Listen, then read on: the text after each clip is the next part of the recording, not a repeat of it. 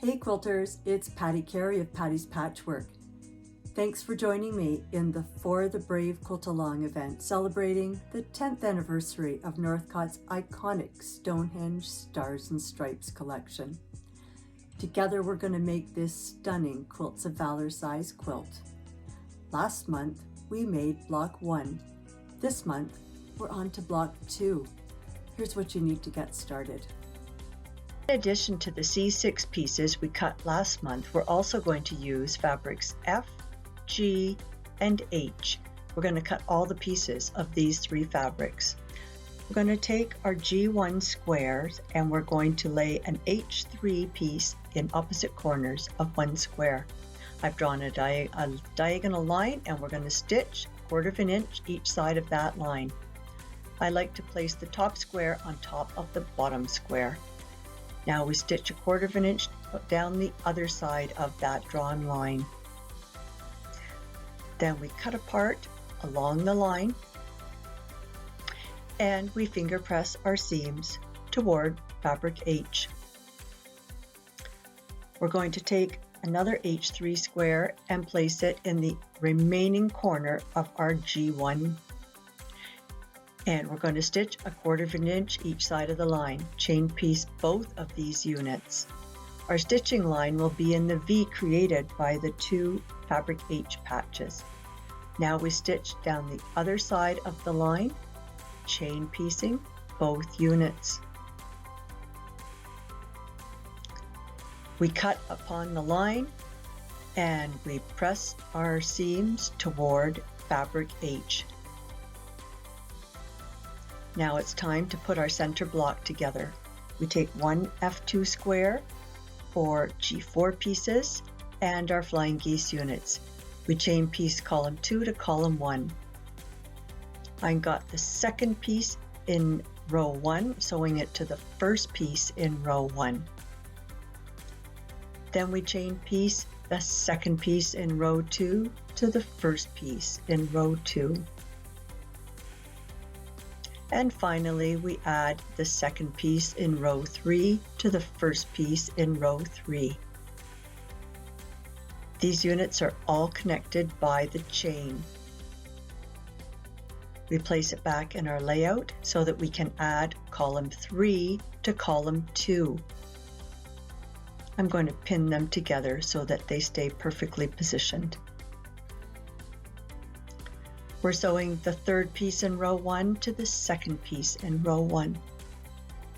And then the third unit in row 2 to the second piece in row 2. Keeping the pieces aligned at top and bottom edges so that our block is square. And now the third piece in row 3 to the second piece in row 3. I'm going to finger press my seam toward F2 and toward the G4 corners. And now I can sew row 1 to row 2 and row 2 to row 3. I'm going to nest the seams where the corner squares meet the F2 center square. You can actually feel if those seams are nested or not. If they're not properly nested, you can feel a little bit of a space. Now I'm sewing row 3 to row 2, and I'm going to finger press my seam toward F2 in the center. Our center block is done.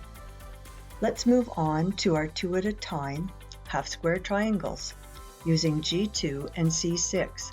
I've drawn my lines on my G2 squares and we've got 4 of these units to make. So I'm going to chain piece all 4 squares, sewing down one side of my drawn line on all 4. Once I've got the 4th one done, I flip the entire string around and I sew 1/4 inch down the other side of my drawn line. We cut these apart along the line and we finger press toward fabric C.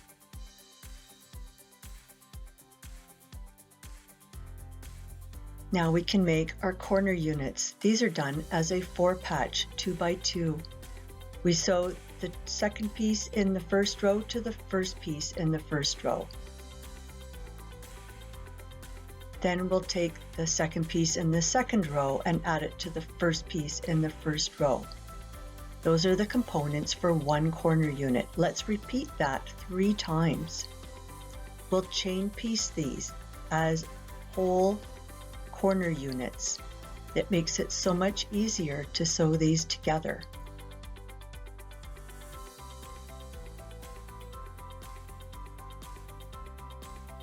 Now they're correctly aligned to sew the final seam. We cut them apart in 2s because they are correctly spaced for our corner units. And I'm going to finger press my seam away from the half square triangle towards the G4 or F3. Now we'll sew our seam connecting the top row to the bottom row of each corner unit, nesting the seam in the center. And there you have it. Next, we're going to make some more no-waste flying geese 4 at a time using the C6 and G1. Again, I'm going to lay the top square over top of the bottom one so that the seam doesn't flip back. When I get to the midpoint, we sew down one side of our line and then we stitch 1/4 of an inch down the other side of our line. We cut apart along the line and we'll finger press our seam toward fabric C. Then we place a C6 square in the remaining corners of our G1 units. Again, when I stitch 1/4 of an inch from the line, my stitching line will be in the V created by the 2 C patches. Chain piece both of these units, then flip it around and stitch 1/4 of an inch away from the other side of the line to complete the flying geese units. Cut apart along our drawn line and finger press our seam towards fabric C. Now we can add the F1 triangles to the bottom of these units. The F1 triangle will extend 3/8 of an inch beyond the top and bottom edge of the flying geese unit. I have 4 of these to do. I'm going to chain piece all 4.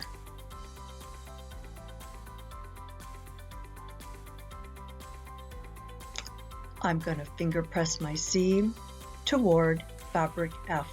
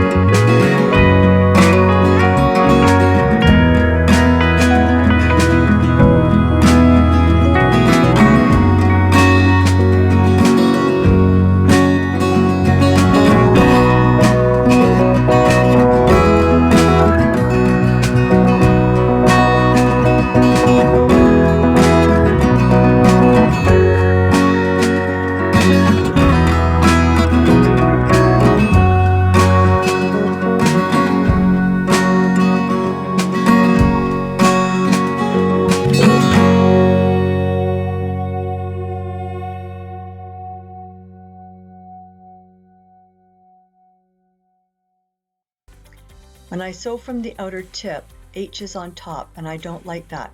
So I'm going to flip the stack over and I'm going to sew with my flying geese unit on the top.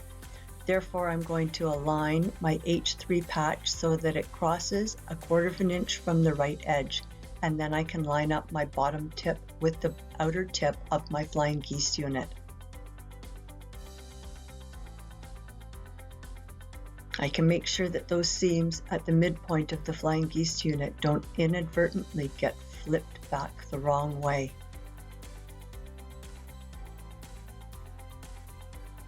My last unit, and we are almost finished. Finger press the seam toward fabric H. Now we can assemble our block. We put our center block in the center, the 4 corner units in each corner, and the flying geese units along all 4 sides. I'm going to chain piece column 2 to column 1, sewing the second unit in row 1 to the first unit in row 1. Then adding the second unit in row 2 to the first unit in row 2. Make sure those seams don't get flipped back the wrong way. And I keep my patches, my units aligned at the top and bottom edges so that my block is as square as possible. It also helps prevent those tips from getting cut off in the seam allowances. Our first column is done. Now we can add column 3 to column 2. Chain piecing again. I'm going to pin the units in place so that they stay correctly oriented for sewing. We sew the third unit in row 1 to the second unit in row 1. Then the third unit in row 2 to the second unit in row 2. My seam got flipped around. Push it under before it gets sewn in place. Finally, we add the third unit in row 3 to the second unit in row 3. All of the components for our block are sewn together. I'm going to finger press my seams toward H2, and now I can sew the rows together.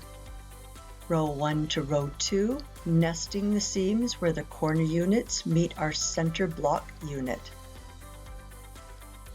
Again, you can feel if those seams are nested or not. And there you have it.